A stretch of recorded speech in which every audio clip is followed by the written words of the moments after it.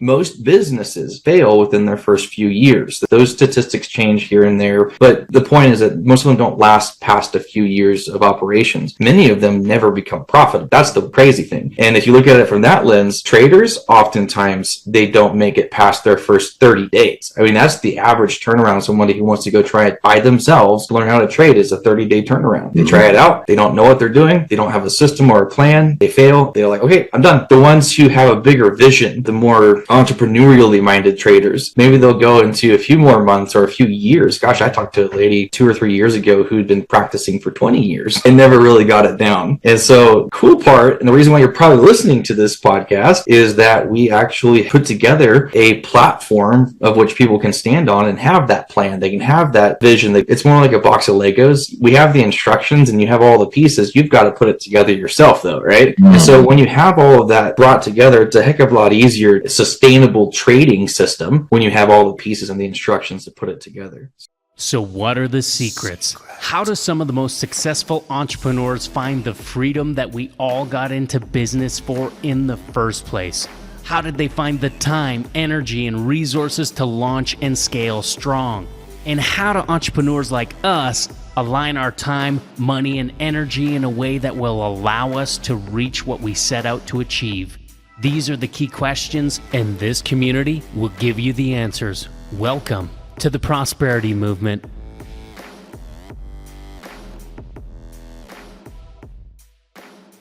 All right. Welcome, everybody, to the Prosperity U podcast. This is where we like to gather together and the leaders of the Prosperity Movement and kind of discuss some things that we've noticed or things that we're learning or things that we feel would be of value to you guys listening. And so lately we've actually been kind of going over, what we've noticed with our traders, and some of the things, habits, behaviors, and things that we're noticing, as well as the conversations with people we've had who are interested, who aren't members just yet, and some of the patterns there. And ultimately, what we've determined is, James says this a lot. James Leone, he always talks about how your trading should be your business. Like, treat it like a business, not like a hobby. So we've kind of been diving deeper and deeper into that. Travis specifically has been diving crazy deep into it. And so we kind of have some cool comparisons, trading versus a business, and ways to kind of, like if we give it a new perspective, when you're looking at your own trading journey and kind of how to look at it in a more effective way. So, Travis, what are because I know you said earlier today, you were saying something like, instead of calling yourself a trader, you can call yourself an entrepreneur. Do you want to kind of go into that a little bit? Sure. So, first things first, most people are not getting into trading or entrepreneurship specifically because they're passionate about it, right? In fact, I would say at least if we look at entrepreneurship first, I think most people are interested with the idea of being a business owner of some sort or starting something based off of what it could potentially do for them. Not so much because like I hear a lawnmower going on right now, like starting a landscaping company. I don't think that most people who own a landscaping company are just like, I love cutting lawns, right? I love it. Now you can enjoy it. I particularly enjoy doing lawn work and such. And, but I don't think that you start your business around that because of that one little piece that you do enjoy about it. In fact, once you dive into it, then you realize, oh my gosh, there's so many headaches that can come with this. And the equipment's expensive, finding the customers and keeping them, being competitively priced, all of the overhead and such, it becomes a lot more convoluted than people initially think or are willing to kind of put up with, right? And so many thoughts going through my head right now. I'm trying to concise this down. Getting started in entrepreneurship is usually for somebody not a passion, but a choice to get the outcome that they want: more money, more time, or maybe more control over their schedule. There's lots of other perks as well, but the point is they're like, I want something that I can do But at least when I first got started thinking of doing that, to me, I was like, how do I start a company like Apple or Microsoft? Like, I have no idea all of those things. And that's really, really big companies that I first started looking at. So I started looking at smaller ones. Like, what about starting a franchise like McDonald's or Subway? And that comes with its pros and cons. And so you start looking smaller and smaller. I was like, what if I just, and I used to build furniture, but I have my, I have the crib in shambles right now. We're getting it ready. We have a baby on the way, if anybody doesn't know yet. Yay. And so my office is being temporarily converted into a baby room as well until we have other things sorted. But anyways, ultimately looking at the bigger things and then getting them smaller and smaller and smaller, people look at entrepreneurship the same way. It's like, okay, I can start with something really small, but then the question is what? And maybe something like landscaping seems like a really small business, but there's so many ins and outs of it, and it becomes overwhelming. And so, again, kind of going back to my experience when we first getting started, one of the things that a lot of coaches and businesses do at first is to try and help you find that little niche or that little thing that you want to do. And for some people, that could be trading, right? To learn how to trade. Or if you're good enough at trading and you want to businessize it, then you can learn how to coach other people through doing that, right? I'm kind of in rambles right now. None of this was prepared. So I'm going all over the place trying to bring it home.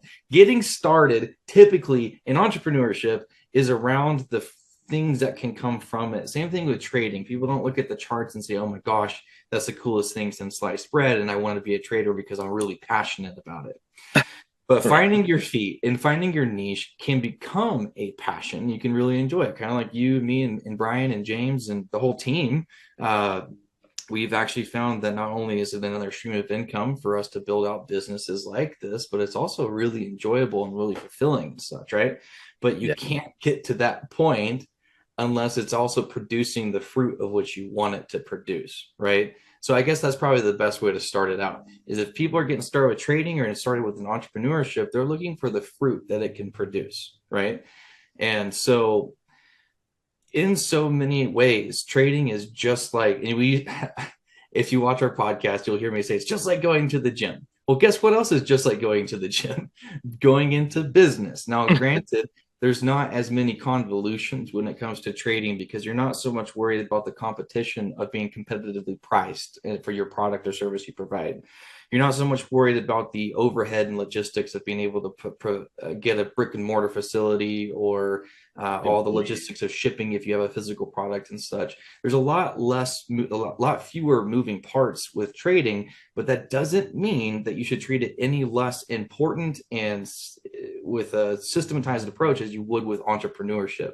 Most businesses fail within their first few years. Those statistics change here and there, but the point is that most of them don't last past a few years of operations. Many of them never become profitable. That's the crazy thing. And if you look at it from that lens, traders, oftentimes they don't make it past their first 30 days. I mean, that's the average turnaround of somebody who wants to go try it by themselves to learn how to trade is a 30-day turnaround. They try it out. They don't know what they're doing. They don't have a system or a plan. They fail and they're like, okay, I'm done, right?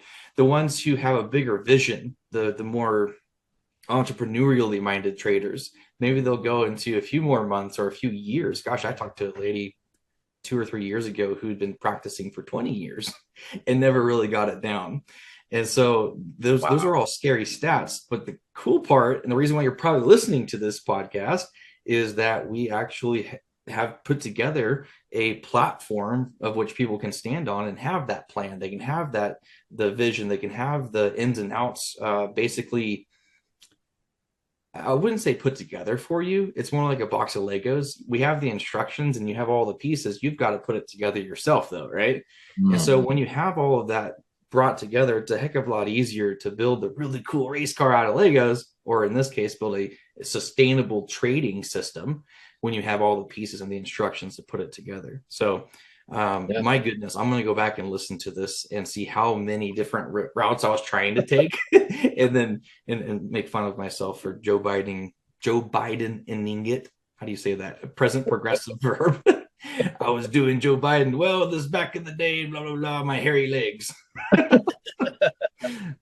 So No, yeah, it makes sense though. It does. So because it's because you're right. I mean, there's you don't get into trading because you're like, oh my gosh, the charts are so beautiful, and I can't wait to look at this for hours on end. No, you get in because you are attracted to the result in the kind of the it's the 4th of July today. Happy 4th, everybody. But oh yeah, the yeah. the independence, right, that trading can provide to you and your family. I mean, we're talking like working a couple hours a day trading, right? Um, if that. I mean, I have for myself, I trade every morning and I have it blocked off for an hour and a half, but it typically takes me anywhere from 20 minutes to 40 minutes, to get what I'm looking to get in the market. And then I get out and then I'm, a happy camper for the rest of the day. And so that kind of level of freedom, that's what people are interested in when they get into trading. What they don't understand though is it's not the way that people advertise trading out there right now in the industry in general. It's very gimmicky. It's very get rich quick. Hey, we have this algorithm that predicts the market, and you pay 50 grand, you get the algorithm or whatever the thing is, right? So it's so much like it's positioned in a way where you're able to get in without much effort. And that's just not true. There is definite effort. Now, I think trading is very simple. And once you get it, right? Because we're talking about comparing it to a business plan, there's a trading plan. In business, you have to measure all your numbers, where your traffic's coming from, your return on ad spend, return on investment stuff, all that. You have to track all that. Guess what? In trading, you got to track that stuff too. So you can find little pitfalls and little holes and the things that you got to, improve on throughout. And so it is very simple once it clicks. But there's a bit of effort that goes into that at the beginning to get that. And the best thing is you don't have to put in that effort by yourself, right? You've got help from people who have done that already, and from some people that have done it for a very long time and successfully, right? And they can give you advice and they can help you put those Lego pieces together. So it's not just the instruction manual and the Lego blocks themselves, but you also have a dude that built it sitting there watching you build it and saying, hey, wrong one. You got to do the orange one, not the green one or whatever. So it's really, I love the comparison, business and trading. I think that's very, very valid. Well, yeah, the people get started with much of the same ambitions in mind, the fruits that they can bear from going into business instead of working for someone else's business. You can go into trading instead of, again, kind of the same concept. Instead of doing something else, you can do this, and it is a feasible thing to do. But if we're looking at the average population of most people, they're not jumping into business and have all the funding and all of the things figured out, their own marketing team and sales teams and the whole 9 yards. They're going in by themselves, wearing all of the hats. You're basically doing the same thing with trading. There's just not as many hats to wear, and so you could be a lot more focused. The trend, though, that I see most often with people who are going in to be a first-time entrepreneur, or they maybe tried a few other things and it didn't work out and they're trying again, is that often you're still working your regular job. You still have your other things that you have responsibilities for. And then the side hustle becomes more of a hobby. And I'll tell you right now, people don't get paid off of hobbies unless you're an artist that throws paint on a wall and it becomes art, like the new stuff these days. That's as close as it gets to just being a hobby that pays for itself. And even the IRS looks at hobbies in a different light. That if you have XYZ parameters, usually it's just about the income. Anything less than $600, I believe, is what they talk about, right? Is considered a hobby. Anything more than that is considered a potential full-time income or something like that, right? And so when people are getting into starting their business, it's really important not to intentionally treat it like more than just a hobby. Same thing with trading. You shouldn't get in there and say, oh, a couple times a month I'll try it out and figure it out, treat it like a little thing that I'm trying to learn. It's not like you're getting on Duolingo and casually learning Spanish. You should go in with the intent on doing it in a systematized approach. I think that where most people have a hard time, though, is that without the experience and with such a slew of information on the internet, with everyone saying different things, and like you said, all the gimmicks that come with it, it's hard to piecemeal through all of that and actually put together something that really just makes sense. And it does not have to be overly complicated. Starting a business does not have to be overly complicated either. When you go through, it should be as simplified as possible and focusing on tasks at hand. That's why it's so important to find your niche, which is the very small part of the market to get your foot in the door. That's why it's really important in trading to find a system or your own set of rules that we show people how to do this, but go through and have your rules based on your parameters, right? Do you work a standard 9 to 5 and you can't jump in at certain times? Okay, we'll work around that. Do you have a certain risk tolerance that you're willing to take on, but maybe someone else has a higher tolerance, right? So we're gonna have to work around that. How do you manage your trade? How much time do you have? How many days per week? What time of the day per week? What instruments? There's over 10,000 different instruments you could choose from. How do you choose the right ones, right? Once you have all that information outlined, which again it's not a infinite list. There's only a handful of things that you need to really focus on, just like in starting a business. It's the same thing. Yeah. So then the question arises, if that's the case, and it can be simple, then what are the biggest hiccups and hangups, do you think, Zach, that prevent people from taking the entrepreneurship side of things seriously, and that we can also equivocate towards taking trading seriously as well? Like, what are those hangups? Well, I think probably one of the bigger ones, and this is true for a lot of newer traders, is because they do kind of treat it like a side hustle or a hobby. They don't put their full focus on it. I always tell our members, I tell them, like, if you really want to master a skill set, any skill set, right now we're talking about trading, but this goes for any skill set. The best way for you to do it is you have to kind of slightly obsess over it, right? So when I was learning trading, I was dreaming about charts. Like, that's how much focus I was putting. I was dreaming about candles moving up and down. And like, I've even had some ideas. I wake up and, oh my gosh, would that work? And then I go and look at the chart, so maybe not that obsessed. Okay. But it reminds me of like the musicians that I know, and they're not just like some mom or pop go down the street and on the coffee shop once or twice a month. The full-fledged in the tour vans going across the country kind of thing. And I've housed quite a few of them over the years at our old place that had a music studio in it. And I remember one of the guys was sleeping on the couch, and I think that some of us were like just chilling, watching TV or something. He wakes up, he's like, I need pen and paper right now. We're like, what? So we gave it to him, and he was dreaming about a song, and he was trying to write down the lyrics and remember the melody. So he was singing the entire time too. And it was like this illegible melody. It was weird. He was dreaming about the new songs that he was writing. And he very, very much so took his career as a musician, which is mostly just creative stuff, right? But even that needs to be taken seriously as well. And so he'll have this, like you're saying, this dreams that he's like, okay, I need to remember this because it sounded really great. Just so you know, afterwards he was saying, he's like, oh no, it was garbage what I remembered. Like, it wasn't very good. Didn't work. To become obsessed with something is not in an unhealthy fashion, but it's in a realm of taking it really seriously. Like, imagine when you were first starting out in a new job, you're probably at some degree obsessed with the idea of trying to figure it out to do a good job, right?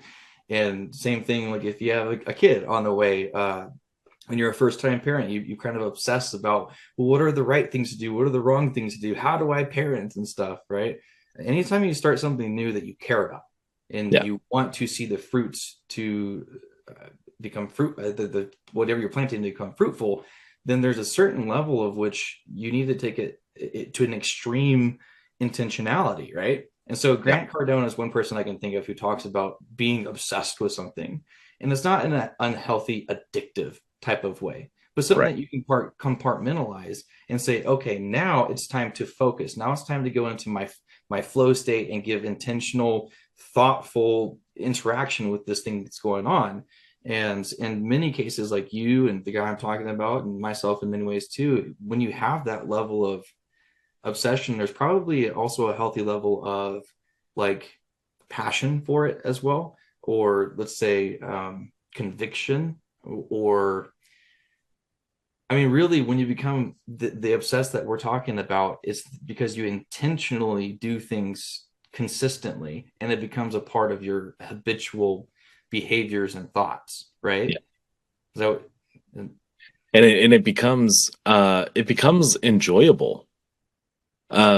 You know, to the point where like today being the 4th of July, no one's trading today. The market's not really open today, so at least not for a lot of the stuff we trade. And so I was kind of disappointed. You know, like, oh, I don't get to trade today. I was looking forward to it. You know, and that's where you get to, because you especially because when you focus on it so much, you start to actually succeed.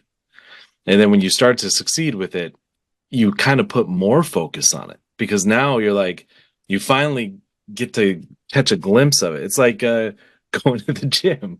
You know, you go to the gym for, it's hard for 60 days. And then at the end of the 60 days, you stand on the scale and you look in the mirror and you're like, hey, hey, I'm noticing something. Hey, I'm okay. I'm back. I'm going to the gym every day. I'm not gonna fail, you know? And so it's yeah, kind of the like that. You results start to breed see it. the inspiration and motivation and stuff that a lot of people struggle with. Yeah. You, me, Brian, we talk oftentimes that motivation is not something that you should lean on. Right. That is the crumbling ground of sand beneath your foundations. But when Yeah. you set the right foundations, then from there, building up and seeing the growth of what you're doing will give you that the extra doses of inspiration and motivation to continue to go. I mean, it's pretty simple. Like if you go and your goal is number one, I want to lose my belly fat like I have right now, right? And then I'm going to go to the gym, and then after a solid year of going and I don't see any results, that's really really hard to want to keep going. Then you break it down. What about 6 months? What about 2 months? What about 3 days? Some people get really unmotivated after so long. So it's Mhm. not so much that you should.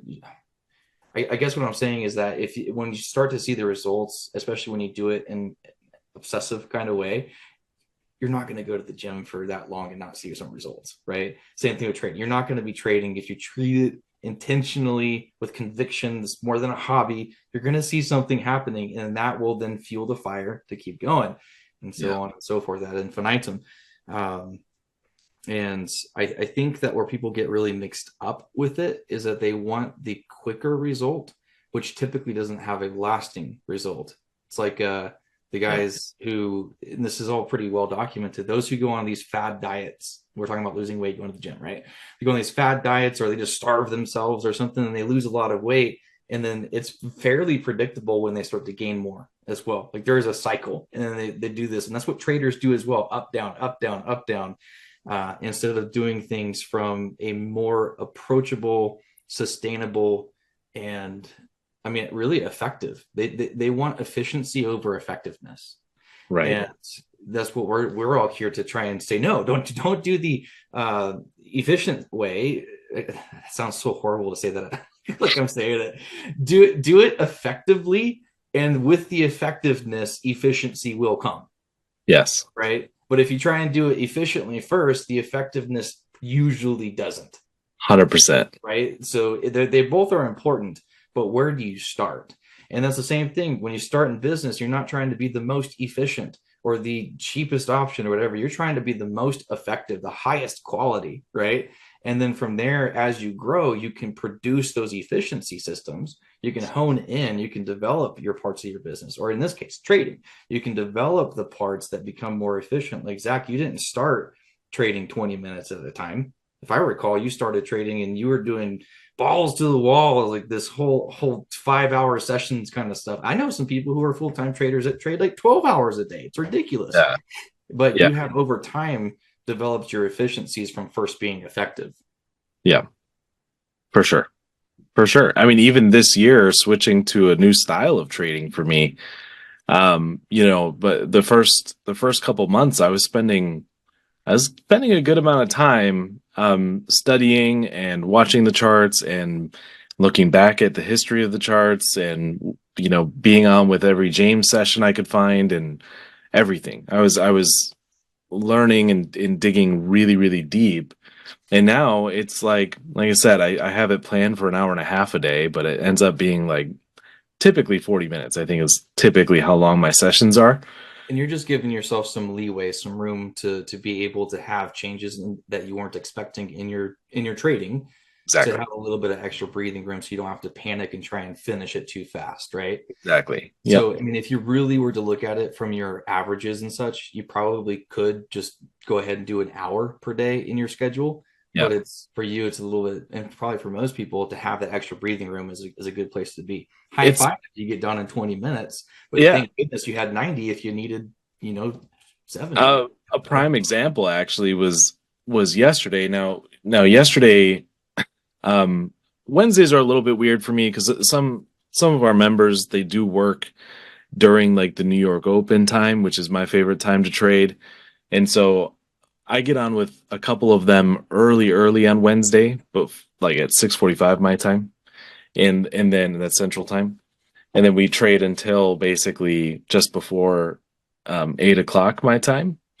And yesterday, because it was July 3rd, okay, there wasn't a ton of movement. I was able to hit my goal of 10 pips an hour in that time frame. Hooray, that was great. And then I had another session with some members right after that. Okay, so my Wednesday, I do two back-to-back sessions with our members. And that second session, the open came, which is usually where I get most of my pips. Okay. And when the open came, though, it didn't actually give me the signal in the way that I usually expect and want. And so I sat out.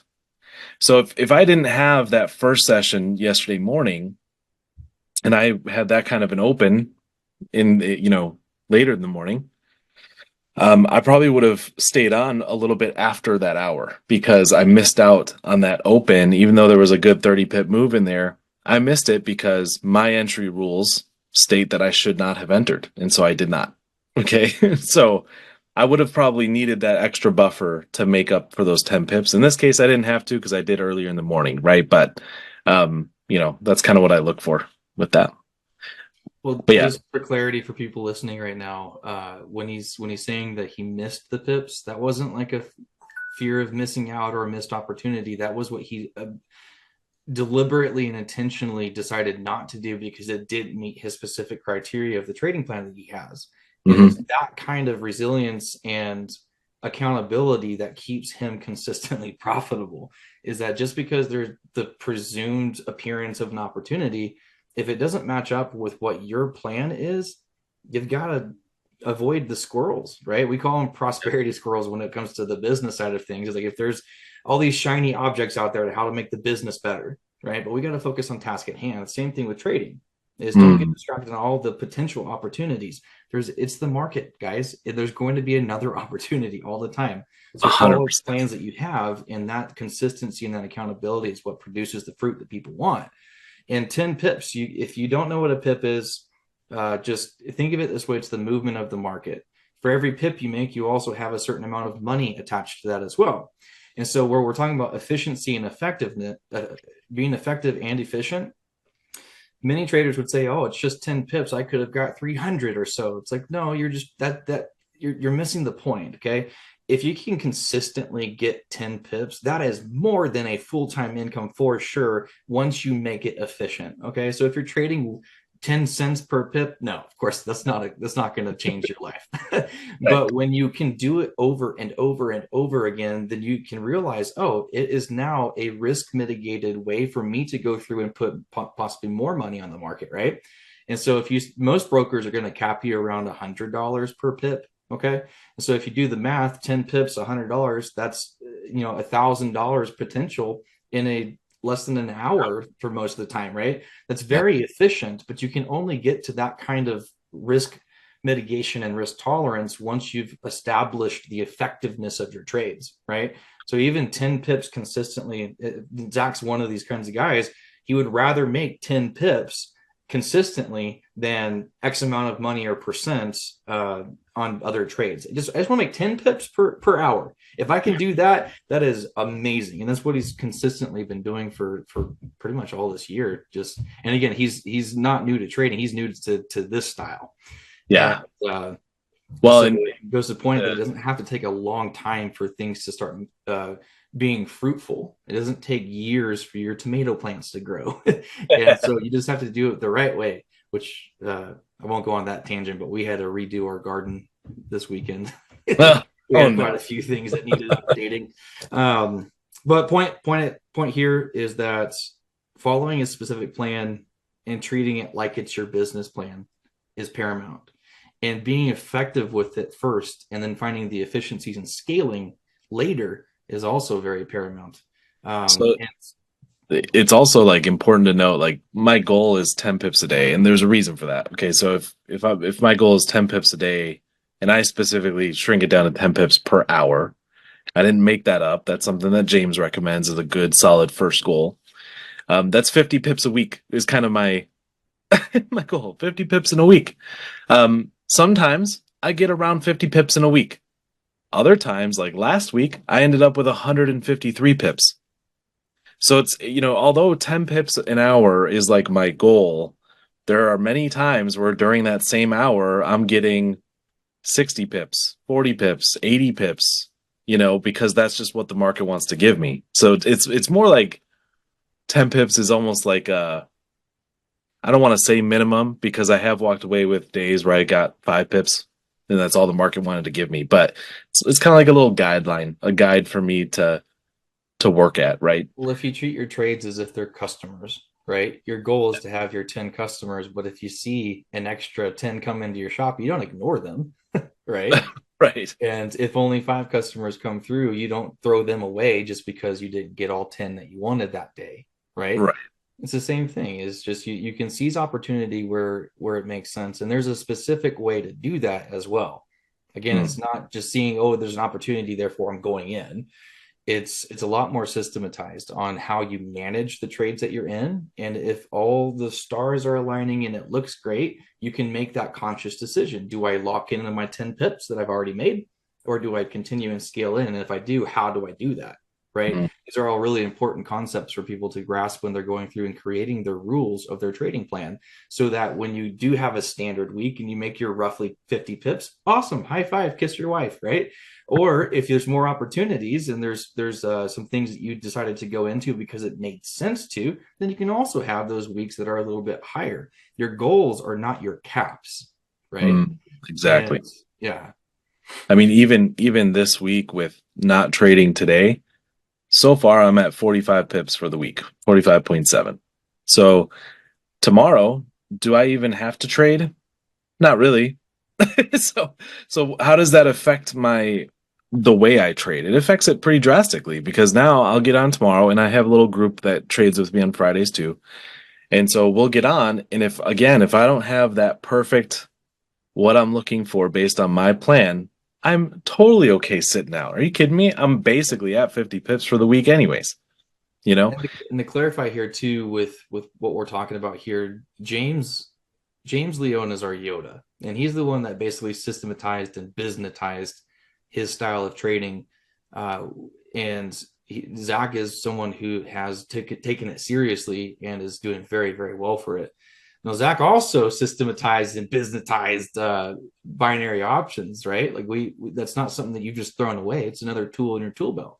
And that's kind of the concept of, like, let's say, like, I don't know, compare it to Amazon. We're talking about business, right? Well, Amazon sold books first, and then they also started selling something else. Now they have this huge repertoire of all these tools, and they're one of the biggest companies in the world. Like, and that doesn't have to be your goal to be the best trader and have all the tools, but I'm just trying to paint a picture that there's learning opportunities and growth consistently. Just like in business, you can continue to grow and add things to your business. But if McDonald's tries to change and not only have the best burgers, but also all these really great tacos, it's probably not as sustainable because they've already substantiated their business and have focused to make it one of the largest chains in the world, right? Like, and that's what we want you to do is whatever those goals are in your personal life, focus on those to see the fruit come from it. And then as you grow, you can scale just with what you know, or you can add to.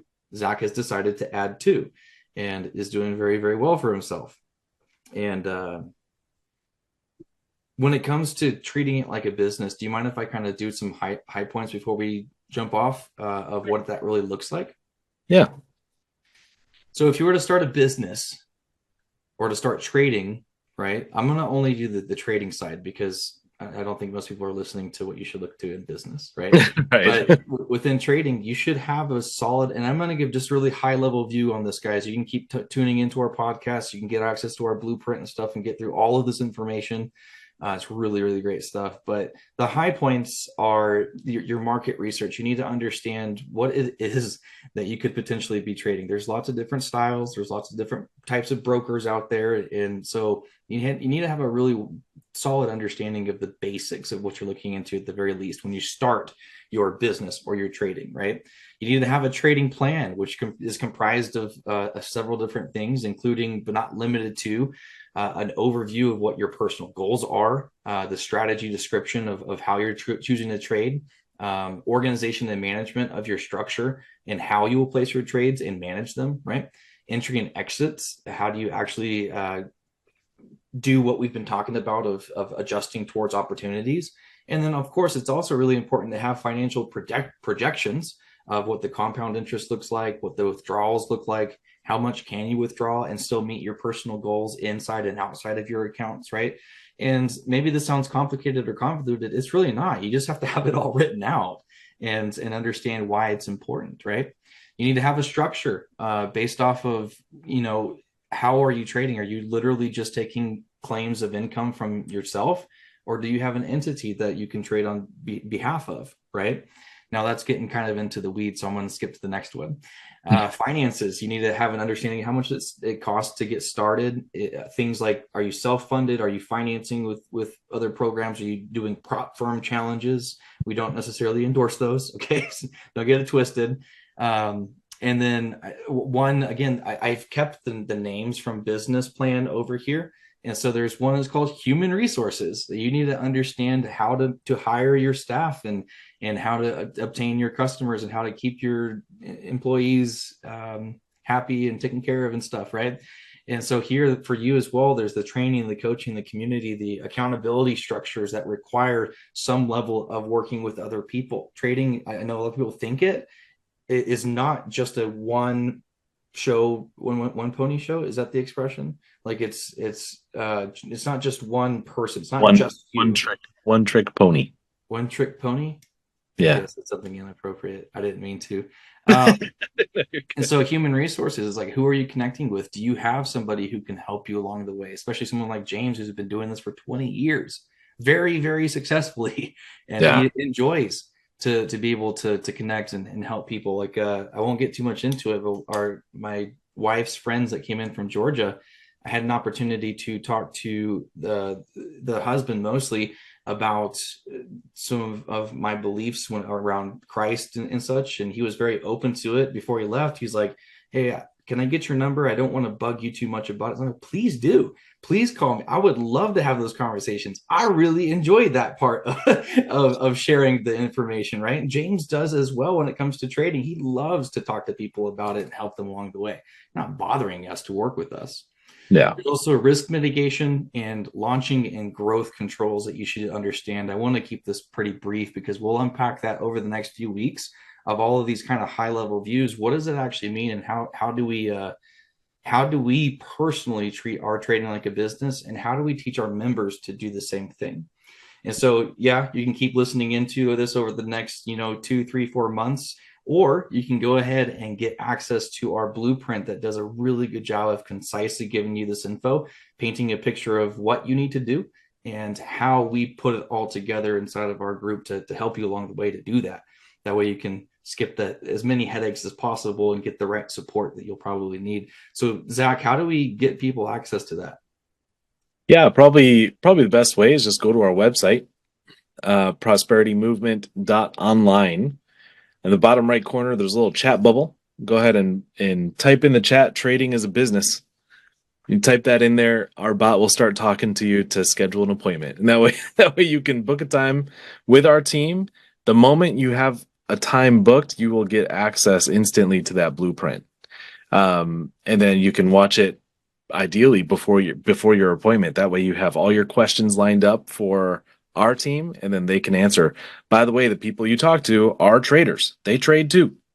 So they will be able to answer your questions and help you along the way, as you chat with them. So just go to the website and put in this little chat bubble, trading as a business. And then hopefully our bot doesn't say something ridiculous to you. Yeah, we're still working with the bot to to get it to be not only effective but efficient as well. So you'll talk to her, him, Sure.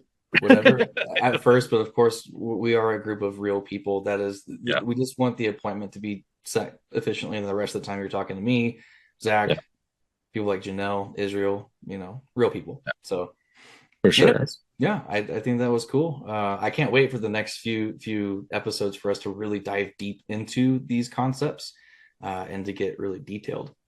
Heck yeah. All right. Well, thank you everybody for being here. Appreciate you. Happy 4th. And we'll see you guys next week. Adios. Adios.